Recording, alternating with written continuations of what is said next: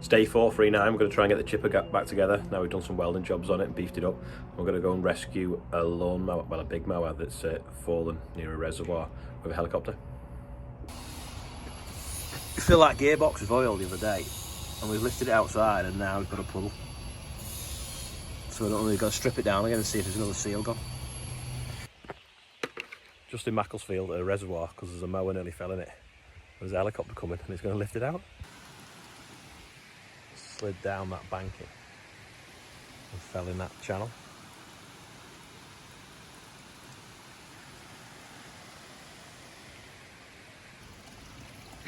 It's well wedged, isn't it? Water coming out the reservoir down the stream. The mower over there now. Plan is to lift it out of there, drop it on the flat bit-ish, restrap it and then fly it over the trees and drop it over there where they can get it to a trailer. So I don't know how much I'll be able to film because I'm going to be like guiding it on the guy ropes. I'll see what I can do.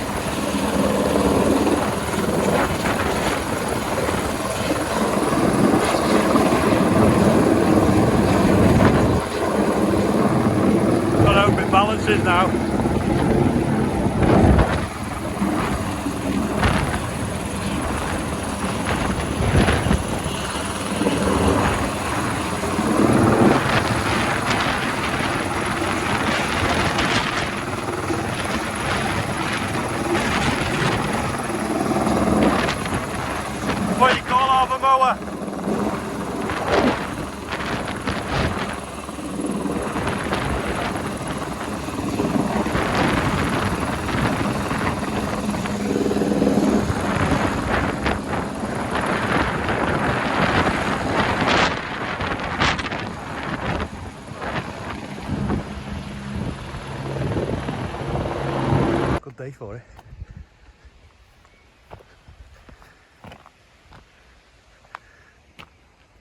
I've got new ones, but it's the cable runs through the centre of them, and underweight. Oh, it stretches the cable. And they stop working. And then this bit of the That's a proper fuel filter, that. The one that's spluttering in the air. Well, I've been playing helicopters. They've stripped the gearbox down, and can you see that thing, that little hole that I'm looking through now? That's not supposed to be there. So it's had string wrapped round and it's worn the end plate, and obviously the seal's gone in the middle. I'm going to go and see if we can get a seal and a new end plate. If not, we'll have to weld them holes up. That's just baler twine wrapped round it, done that over however many hours it's done. So go and see if we can get one. Got this beam here that was left over off one of Steve's jobs. We're going to bolt it to one of these blocks that was over-ordered on one of his jobs. Roll bolt it down and make a camera mount for the top, put some barbed wire around it for that camera I had yesterday. And then we can move it to different sites then to catch fly tippers or vandals or whatever. Yeah, making this post now for the security camera because someone decided to cut the fence onto the dog field and steal the picnic bench, because some people are just that tight that they won't go and buy their own, and they're available for £170 off BLF joinery. Anyway, we're going to put this on now, and we're going to change the bench to one that weighs as much as a concrete that concrete block over there. That'll stop them pinching it. And then the other one as well that they have stolen has also got a tracker in it, so every midnight it refreshes the tracker, so when the tracker refreshes tonight at midnight we know exactly where it is. Got some barbed wire. Just welded these on there. James and Sam are going to put these up the top and then use them out the camera. Raw bolt at that block. How much do you think that drill bit was? 16mm SDS plus. What is it, about 3 foot long? That's as big as Sam. long small, but come on. That's today's quiz question. Gotta be 3 foot long, that. What? At least. For castle walls, I think. Top tip, kids, when using these, don't let James anywhere near them. He's just made them fall apart in the hole. Look at that. Quite professional, I'd say.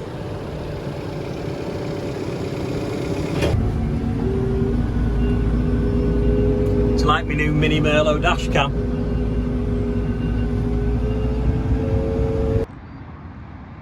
Install that now in the dog field because someone had basically cut the fence and stolen the picnic bench that was over there. So, like I say, when the tracker goes off, we'll know where it is later. Back in the sunflower field now, so we're going to see how much it's grown since yesterday.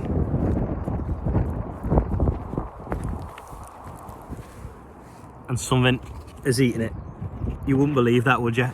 You can actually see where a hare has chewed off the top.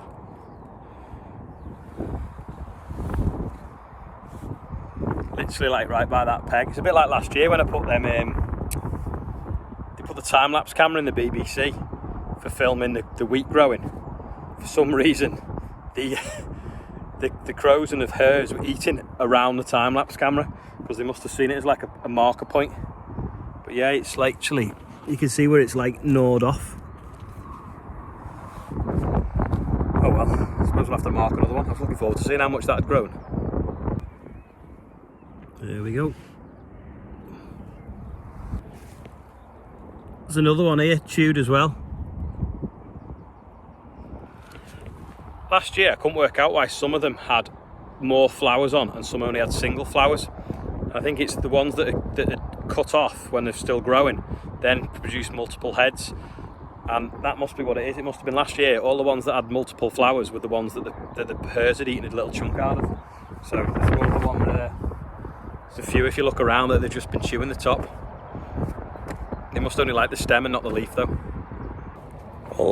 Also, someone's told me today that eagle will kill cleavers in sunflowers. So it's a form of spray. You can use it on game cover strips that contain sunflowers. Has anyone ever used it and did it work and did it kill them? If not, we're going to do a little trial on like a tiny bit of the field, see if it works. Then we'll know whether we can spray the whole lot, because I don't really want that many cleavers in the field. Just coming to look at the other field of sunflowers. Got the pallet forks on the rattling, at least it's scaring the pigeons off. There's a flock of pigeons on there. They're probably pinching them as they go through. This is a sunflower field that we sprayed yesterday. I come to see if I could see any more sunflowers coming through, because obviously we had a few showing yesterday and it's been another 24 hours. Anyway, all I can find now is chewed off sunflowers. So there's 2 there just been totally munched off. Don't make you see properly. The little one there just showing, no, that's a weed. But basically, that'll be them pigeons. So there's a flock of about 50 pigeons on here. They'll just be walking around, anything green and tasty, pulling it off. So, that gas gun that's only like there, for some reason isn't going off, and the battery's gone flat in it. So they've basically had an afternoon just munching away. But I could burn myself, haven't I? So we'll have to sort that out in the morning. Put a banger rope out night bright and early because it comes light about 4 o'clock.